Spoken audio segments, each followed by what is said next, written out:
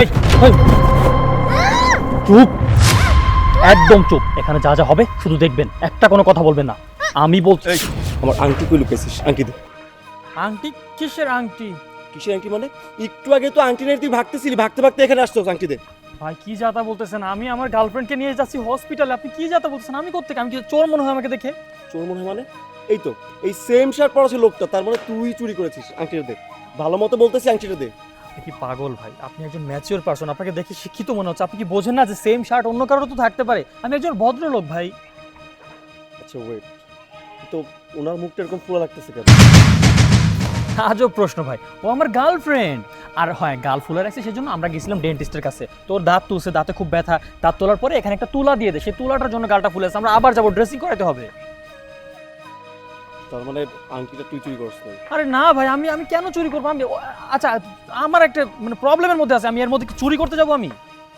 তার মানে আমি হয়তো বা ভুল দেখছি। হ্যাঁ আচ্ছা ঠিক আছে। হ্যাঁ, চলো। তোমার দাদা আছে আমার। হটেন দি স্যার, আমি রাস্তার এখানে দাঁড়িয়েছিলাম আর আপনি হুট করে এসে আমার মুখের মধ্যে টমেটো ভরে দিলেন। এসবের মানে কি? তুমি জানো ওই টমেটোর দাম কত? 1.5 লাখ টাকা টমেটোর দাম। What?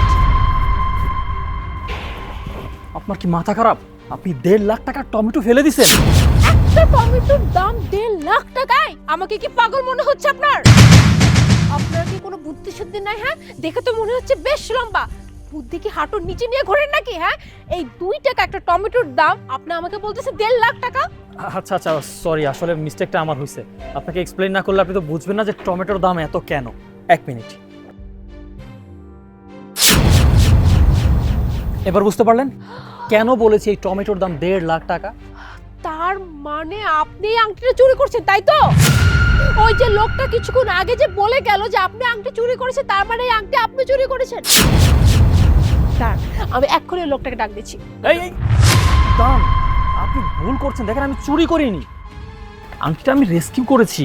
রেস্কিউ করেছেন মানে? মানে তার মানে আপনি বলতে চাচ্ছেন যে এই আংটিটা ওই লোকটার না? না, এই আংটিটা ওনার না।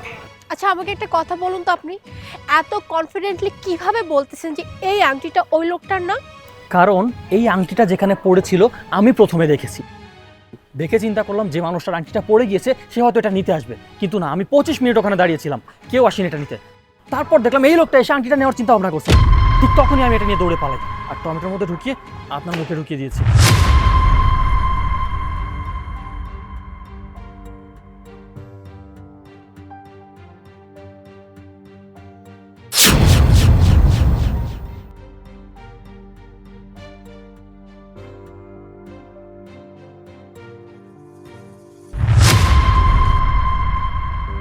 আচ্ছা, সবই শুনলাম।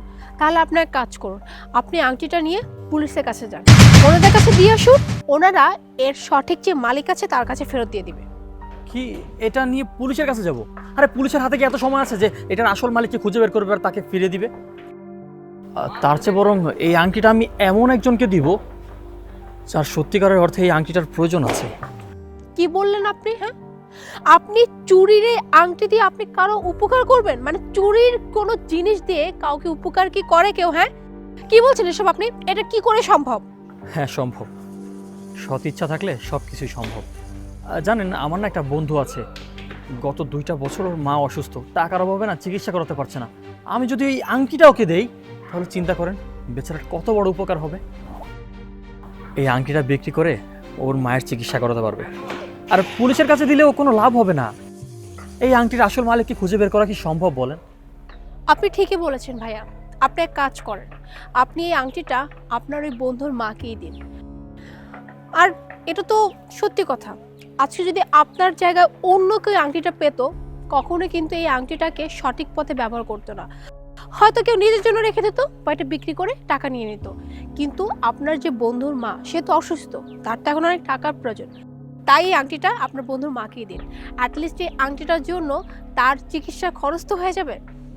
সরি আপু, আপনাকে অনেক বিরক্ত করলাম। আর আসি, আপনাকে অনেক ধন্যবাদ।